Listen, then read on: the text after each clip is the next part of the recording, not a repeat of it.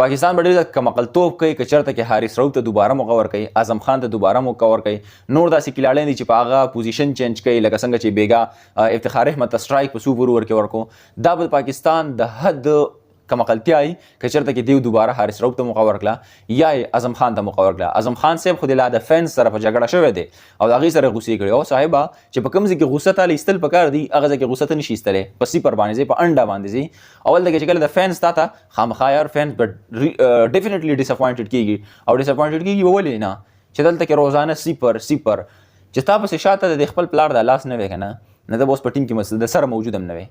عجیبه غونډه کې کار روان دی دلته کې په ټیم کې چې د اوسه پورې اعظم خان ته بیک ټو بیک موقع میلاویږي دیو ابرار احمد ولې نه جنګوي په ټیم کې د سپینر په ځای باندې، دیو د حارث رؤف په ځای باندې اباس افریدي ولې نه جنګوي چې سټیل دا په ټیم کې موجود دي.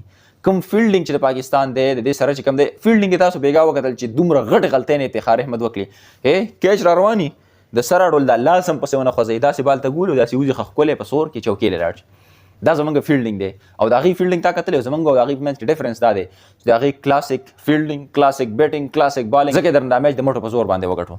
هغې کې ډېر زیات غټ ډفرنس دی. دا دومره زبردسته لوبډله ده، دومره زبردسته ټیم د یو ایس ای والا چې دا سوپر 8 مقابلو ته او سوپر 4 مقابلو ته نوځي که نه، دا به ډېر زیاته غټه بدقسمتي. نو دا کلاړیان به تر اوره ټیم نه لرې کوي، نو ستا ټیم به څه نه څه بیا امپرومنټ په هغه کې راځي. یو نوی ټیم، یو فرش ټیم چې چېرته کې د سره ډول د کرکټ هغه تاریخ یې نشته دی، هغه راځي او د پاکستان نه میچ ګټي. پاکستان خو اولنۍ بدقسمتي هم ده او مس منیجمنټ هم ده، د دې چې پاکستان دا میچونه بیلي. ورنه د یو ایس ای ټیم دومره خاص ټیم نه و. په یو څو مومنټس کې اولنۍ سټارټ د پاکستان ګنده شوی په بیټینګ کې، بې سره چې کوم دی بیا وروسته بالینګ هم د پاکستان ګنده سټارټ شوی.